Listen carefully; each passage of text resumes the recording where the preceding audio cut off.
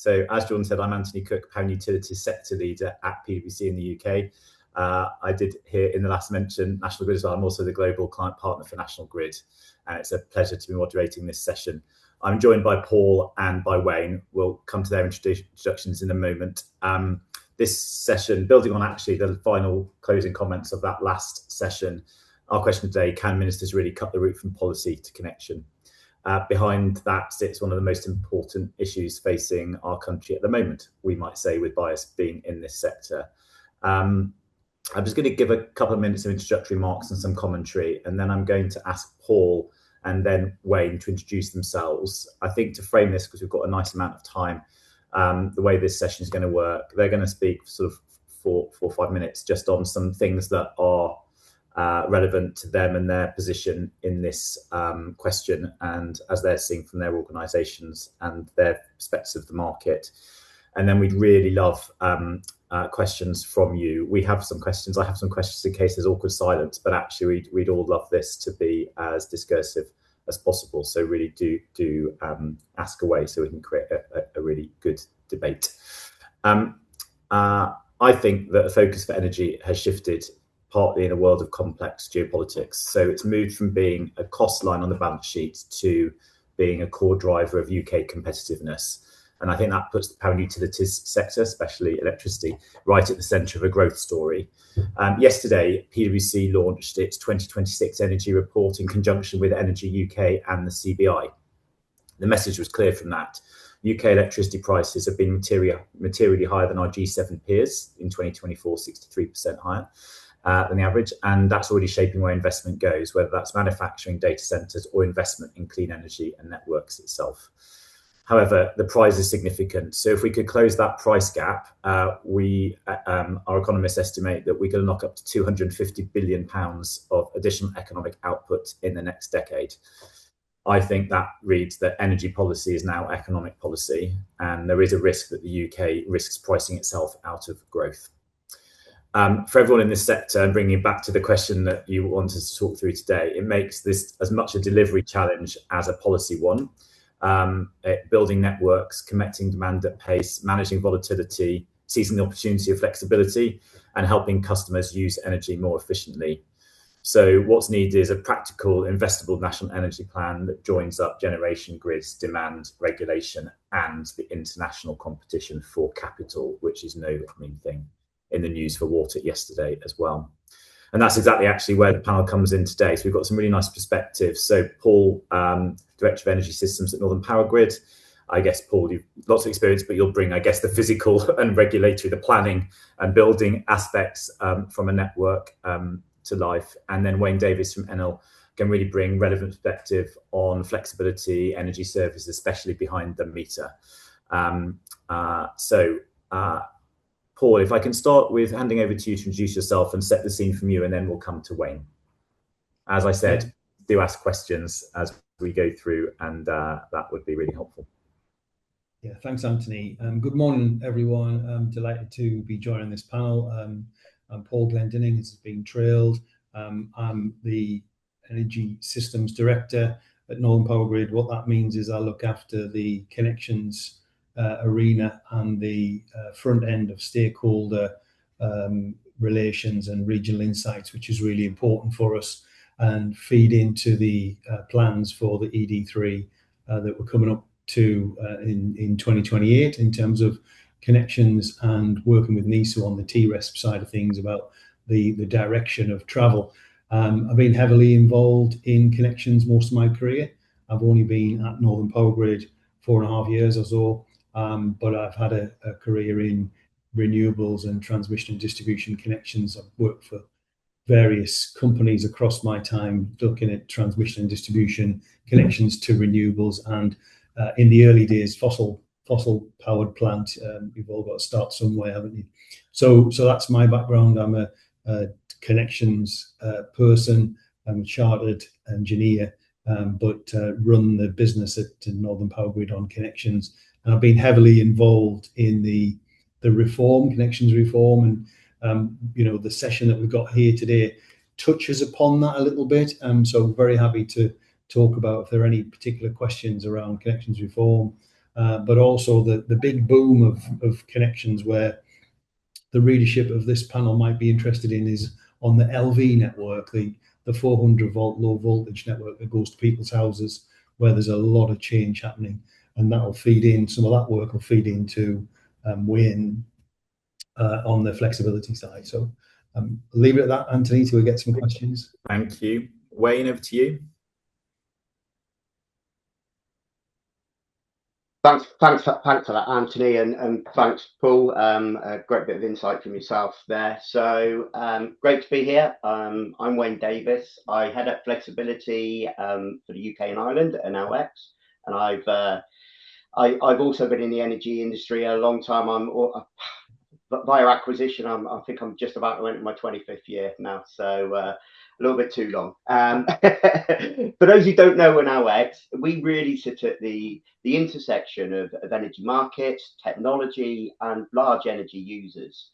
Our role is to help businesses really turn flexibility and on-site generation into something that the grid can actually rely on in real time and at scale. Globally, Enel, one of the world's largest renewable distribution and supply companies, we have just over 65 gigawatts of renewable assets and about 70 million end users globally. But within all of this really operates our power plant, our virtual power plant, and it's one of the world's largest, with just over 10 gigawatts globally and about 750 megawatts within the UK and Ireland. Much of this is behind the meter, so really assets that are performing a core business function, really, and that have access to flexibility and, really an untapped system value. So from my perspective, this discussion around policy versus connection timelines, in a way, it's almost starting in the wrong place. We tend to focus too much on how fast we can build, how quickly we can reinforce something, and really how we can accelerate those connection queues. And I know Paul's going to talk a lot, I'm quite sure, about connection queues, and it was great to listen to Catherine earlier as well, and some of the things that was being mentioned there. But to me, this only really assumes that the only way to solve constraints is by building our way out of them, where in reality there is a growing proportion of the system that can be, and the way we look at it is, can be actively managed rather than sort of passively accommodated, which is what we see a lot of at the moment. So the real question for me is not how fast we can connect new assets, it's are we over relying on them too much, and can we look more at the flexibility and what those flexible assets can do. Thank you very much, Wayne. We've got one question in which might go slightly to that theme. I might start with Paul, though, if that's okay to answer it, but Wayne, you might have a perspective as well, which is that if the network still needs building, how much can queue reform really help? I guess is there some fundamentals that need to be delivered before we even worry about queues and queuing reform? Yeah. No, that is a great question, because that is the essence of connections reform heading towards clean power 2030, and it basically comes. I'm never certain of the engineering and understanding of network's ability in these types of events. So I always start off with my marbles through the funnel game. You've got a situation where clearly, if we go back in time 30 or 40 years, then the network was built for a specific reason and the sizes were done for specific reasons. And the question is that now, it's 15 years ago that I used to do a presentation up and down the land as a consultant saying that the UK needs rewiring. Nobody believed me 15 years ago. That's the trouble with being a consultant, Anthony, isn't it? But now they do believe me, and they know that the system needs rewiring because the centres of generation have moved. Now, this is the network still building. Can the queue really help? You've got a situation where battery storage became a disruptor, very easy to get plan permission for, and the applications went from 0 to hundreds of gigawatts in 24 months. That's an unprecedented application. So in the north of England, which is my area, Northern Powergrid is the northeast up to Berwick, and down in the Yorkshire down to Hull. We had round about 15 gigawatts of batteries applied in the so-called queue. And these were batteries that were portfolio investors looking for planning sites, but they applied. It was very cheap to do so to get a grid connection. And then they built up and built up as if they were a real project. Now, some of them would fall away just by natural selection. And the marbles, this is like having a funnel where the marble goes through the funnel one at a time with no sort of problem. But if you just throw 30 marbles in the top of the funnel, it gets congested and nothing gets built. And that's the analogy here, was that once the transmission system or the distribution system in various areas said, we're potentially full, you then just remove the word potentially and say, we're full, and that you're queuing behind transmission upgrades. That assumes that all of that batteries were going to get built, and B, that all of the batteries were in fact needed for an energy system. So the sort of numbers that will be on the transmission system today in the summer, there'll be some solar on, but it will be running as a demand center for the UK at about 33, 35 gigawatts as a ballpark figure. At one point in the queue, there was 800 gigawatts of generation to supply second by second, millisecond by millisecond, the 35 gigawatts. So this is the equivalent of building 30 fish and chip shops in a village of 500 chimney pots. People will just not buy them from the 700th fish and chip shop in the village. They'll go to the first 5. So there was no real market for these batteries. But you didn't hear too much about that in the press. What you heard about was the network was full and there was a queue. So connections reform went to the position of saying, well, what is actually needed? And you know, this is the sort of scene setter session from that question, which is now they've worked out what's needed, then they can decide who's going to get an offer, and that's happened, and we're on that route, and therefore which ones can be built. And once you remove transmission constraints, so in Northern Powergrid, we had 500 in a queue. We went down to 220 that's got offers, that will get offers for Gate 2, it's so-called. And I would say somewhere in the region, we haven't fixed it yet, but somewhere in the region of 140 to 150 of those projects are ready to build with no constraints. And therefore, they can be built quicker than it was once perceived, because their offers might have been 2034, 2032. They can now be built in normal time of building. So if the network still needs building, it does in some places, but in many places it doesn't. And therefore, queue reform can help because it can speed up the connections because they can go straight in.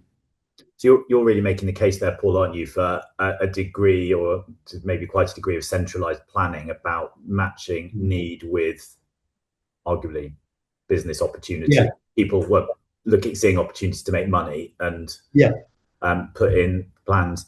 I guess, Wayne, where you were going in your introduction, in terms of the bit about the network still needs building, I guess you're considering, obviously that is necessary and true as we electrify the country from greater demand, but you're also saying bring in a much better concept of flexibility. Yeah. And I guess just sort of understanding demand side, because obviously a lot of the conversation naturally falls to the supply side. And I think it's fair to say government and government policy tends to focus on supply because it's easy to control and regulate than on consumer choice and behaviour. So just interested in your perspective on the network build to flexibility point. Sure, Anthony. And first of all, I personally agree with a lot of what Paul's saying. I almost, a few years ago, with the connection queue as big as it was, I was almost, I refer to it almost like the gold rush. You know, there were just, you know, there were people almost selling shovels to do the digging. You know, it was that. Was there really the need? Was it going to be built? No. Did it have effect on the behind the meter space? Yes. You know, we were wanting a 1 megawatt, 2 megawatt export connection and being told 2037, 2039. You know, projects just don't happen if that happens. But back to the question itself, and networks historically, and let's be fair, have been designed really around firm access, security supply. But that's when planning was originally based on peak static assumptions, really, where flexibility, and especially behind the meter space, it's dynamic. it can deliver value when it's sort of really needed rather than continuously. So we can, the issue is not lack of flexibility that limits connections. It's the lack of, I would say, sort of 3 different points. It's visibility. Do we have sight of what's behind the meter? If we go back to something that Catherine brought up earlier, and Paul's already mentioned, CP 2030, we see the DSR, the demand side response space there. They won, I think it was about 12.5 gigawatts from maybe a 2.5 gigawatts where we are at the moment. That's there. That energy is there at the moment. It's just not visible at the moment. And then that leads on to the second part, which is access, really. So market entry and participation can be really complex, and that can cause issues as well. And I'm not actually talking about the DSO programs themselves. I'm talking more from a NESO, Elexon national program stand there. But, again, back to that sort of question is, yes, of course, both parts of this need to be looked at together. It's what can we do with what we've already got, as well as building out what we need for the future. Thank you. Another question that's come in is, does queue reform mainly help projects in the right locations?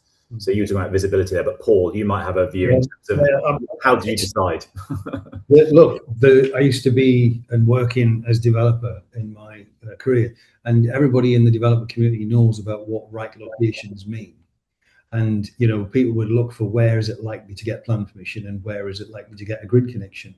And if you go to my 600 fish and chip shops in a village story, which demonstrates the point that if that the way in which the battery operators thought at some point was it didn't really matter where they were, because they would take part in an arbitrage event and in effect sell their fish and chips into London at the speed of light. That's how right locations were starting to be bent. So I think this is a difficult question to answer, because clearly the developer community, the market was finding out where it was cheaper to connect. Those were the low-hanging fruit grid connections and easier to get plan permission. Whereas the wrong location might have been, Anthony, that there were already 40 battery projects in a town. I mean, one of the I've been talking to organisations wanting to plan data centres, for example, as my colleagues in technology and telecoms, and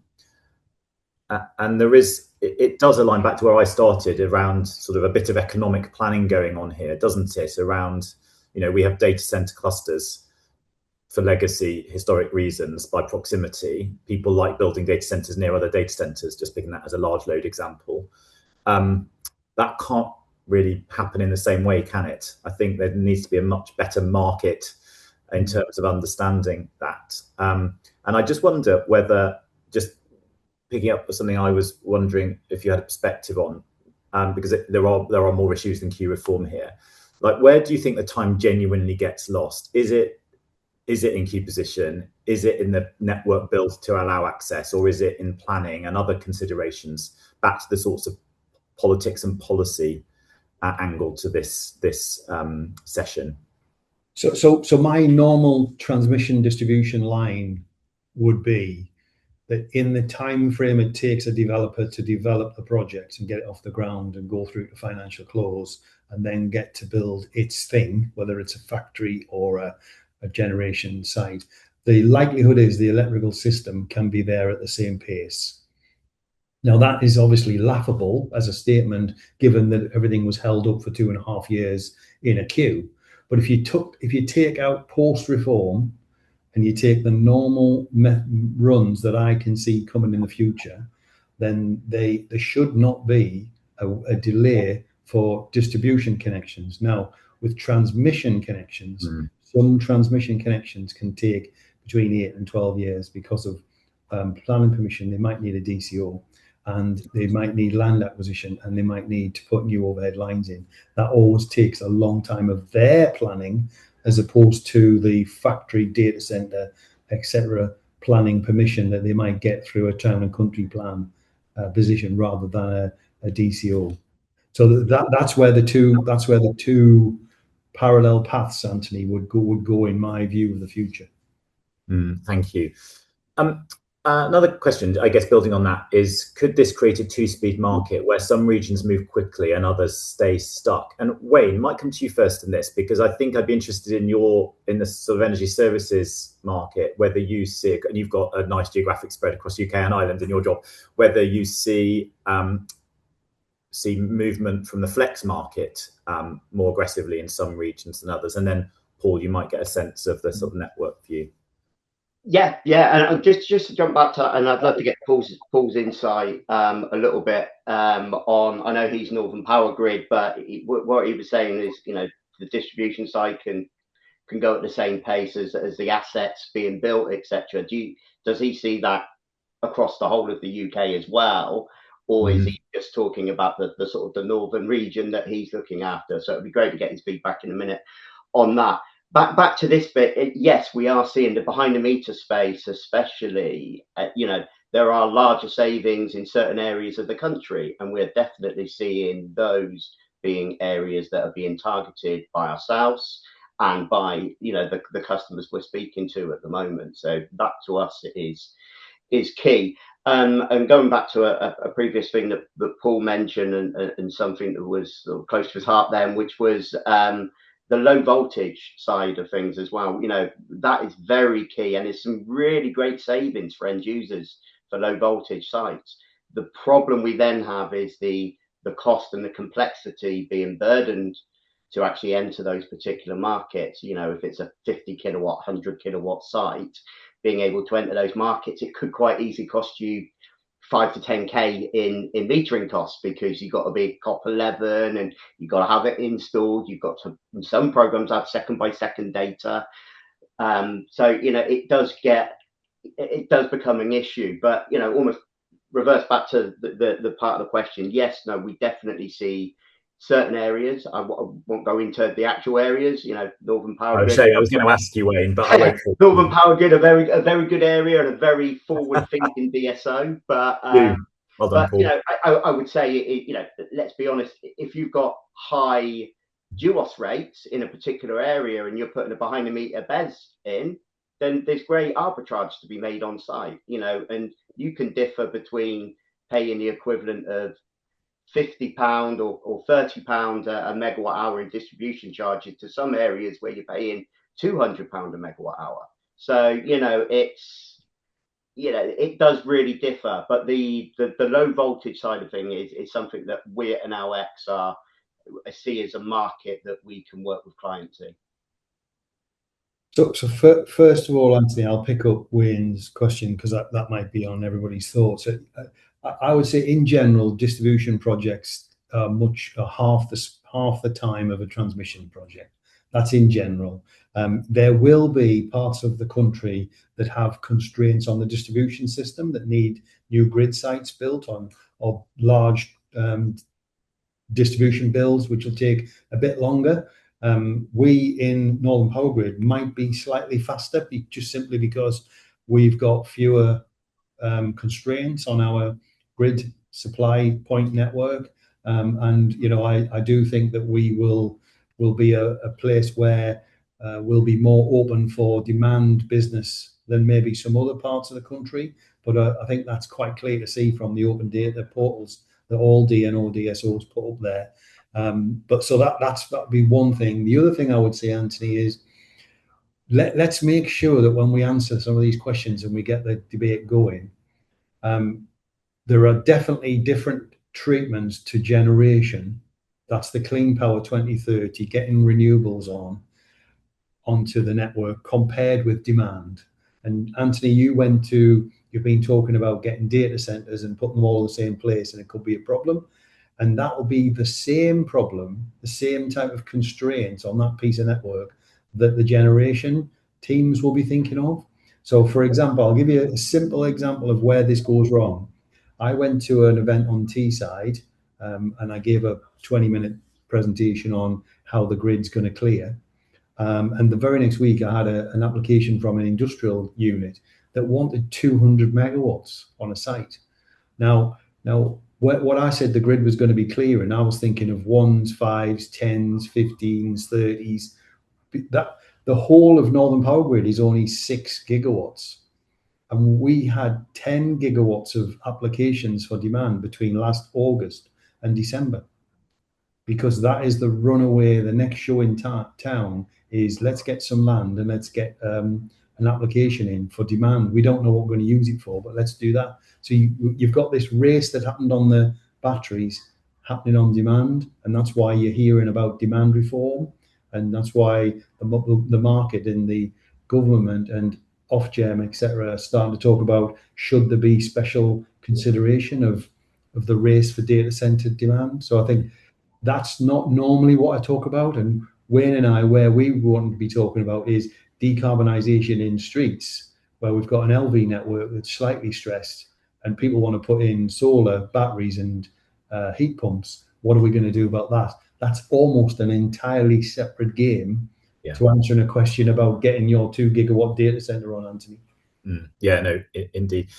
Paul, while you've got the mic, obviously you'll be working hard on your ED3 submission for the next price control. And one of the tensions we see in transmission and also in distribution is the framework that you build the demand that is there now versus building or designing, actually, as well. It's quite fundamental, isn't it? Designing and building for the demand that you see, which goes to that point, and how you can think holistically about your network for where it needs to go to deliver exactly the points you've just made. Could you just give a little bit of a sense of whether you think in that sense the policy, without breaking any state secrets, where you think the policy is in terms of supporting that more holistic thinking and the challenges or opportunities you see? There's some well-trodden publicly available documentation here, Anthony, so definitely not be revealing any secrets. The situation is that NESO have been advising the DNO community and Ofgem of the direction of travel. So, for example, we already predict how many heat pumps. I often say in presentations, how many people's having a heat pump in 2028, and everybody laughs. And I say, well, no, but our forecasting team know when you're getting one. And quite clearly, they don't know when actually you will get one, but they know when people in your street and your postcode will get one, and therefore what the action will be on our network. So we're already planning a growth rate plotted out by NESO for where the networks need to be, and that'll form the basis of all DNO's plans for ED3. It'll be aligned to the NESO growth rates.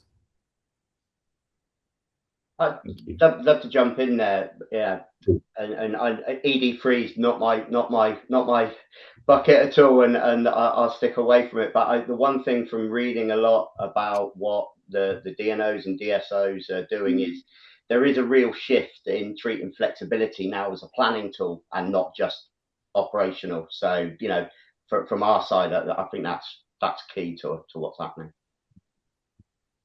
And in terms of wider policy, which may be, as I say, consumer demand-led policy, Wayne, or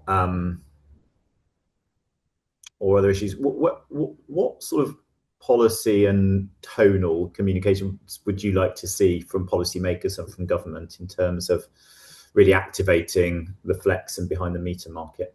So complexity, I mentioned it earlier, complexity, that's still the biggest issue. That they, in a way, they've done it at domestic level to a degree. Not as much metering. The onus isn't on the telemetry side of things as much as it is. And for anything that's saying a megawatt or bigger, the commercial revenues there would outweigh quite easily the cost of metering and telemetry there.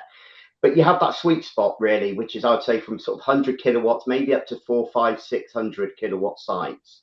That there's a lot of them out there that are doing nothing at the moment and could be doing a lot more than they're currently doing. And to me, the message to NESO, to Ofgem, to Elexon is to work together to ensure that they're actually listening to what's out there. NESO want CP 2030, they want 12.5 gigawatts. It can be given. Let's just talk about what needs to happen to help support that. Thank you. While you've got the mic, Wayne, sort of going back perhaps a little bit in some of the discussions we've already had, but if there is better coordination of central planning and understanding where these assets and enhancements can be built, what does that mean for the flexibility market? If size becomes more strategic and less market-led, I'm not sure whether flexibility becomes more or less valuable. In a way, you could sort of play both arguments. So yeah, flexibility is always going to be valuable. It's the reason we do a lot of work on the demand side of things is because a lot of the places there is a demand side there. A lot of what we're looking at the moment is behind the meter batteries within our VPP at the moment, and what that can do is the current peak. As everyone says, it's between sort of 5 and 7 on a November to February night, Monday to Thursday. It's when we used to have triads. It's when they would always fit. But then we have days where at 3 o'clock on a Saturday afternoon, the demand in the UK actually being generated was lower at 3 o'clock in the afternoon than it was at 3 o'clock in the morning, because there was a lot more happening. There was a lot of PV being generated. So we've got a changing dynamic in the world at the moment. EV chargers, heat pumps, etc., coming on board. The EV chargers, especially, and Paul, I know me and you have spoke separately, and you were mentioning the amount of people who are still charging between 5 and 7 in the evening. I'm actually fairly surprised at that as an EV driver myself. I religiously, it goes on at midnight, it comes off at 5 a.m. in the morning.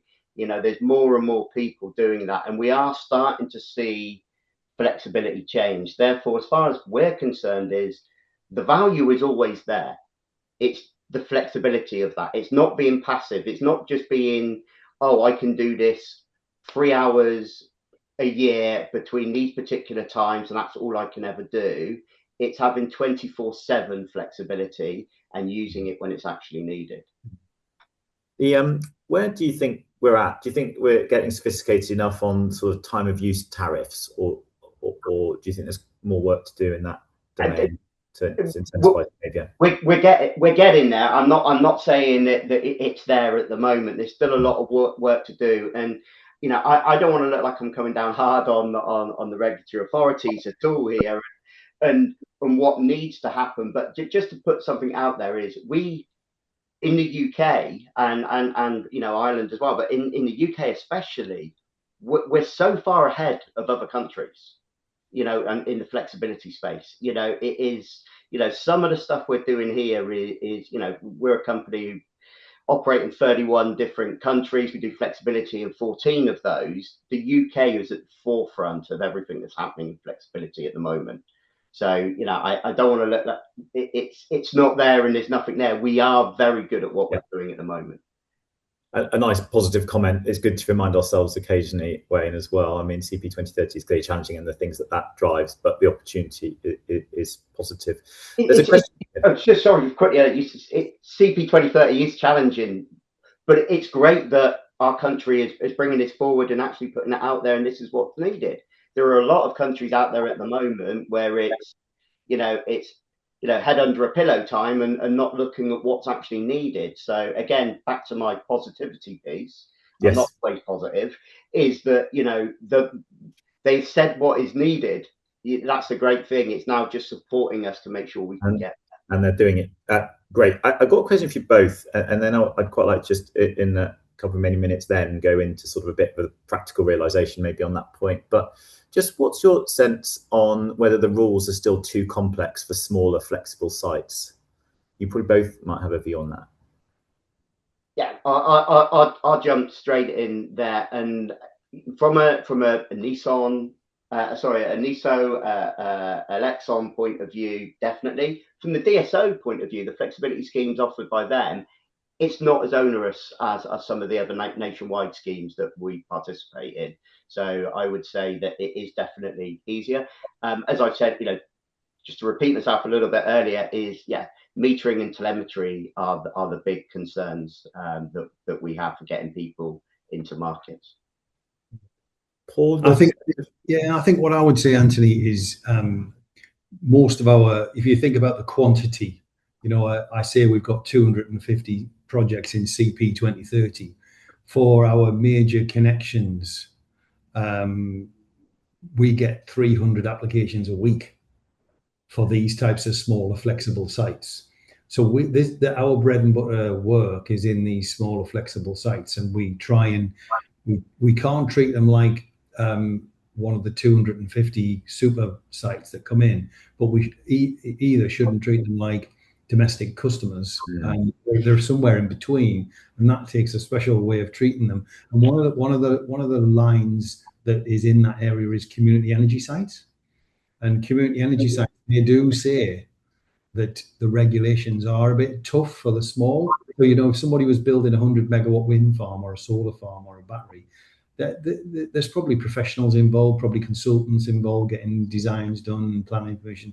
But if you're a 300 kilowatt community energy scheme in the backwaters in a village, it's pretty tough getting through the system. So I do think that, and I think we're having a good look at what we can do to help and navigate them through the processes. And then, of course, the way they want to operate can be a little bit costly in metering and telemetry and things that Wayne's pointing to. So I do think there's an issue there for the country to look at.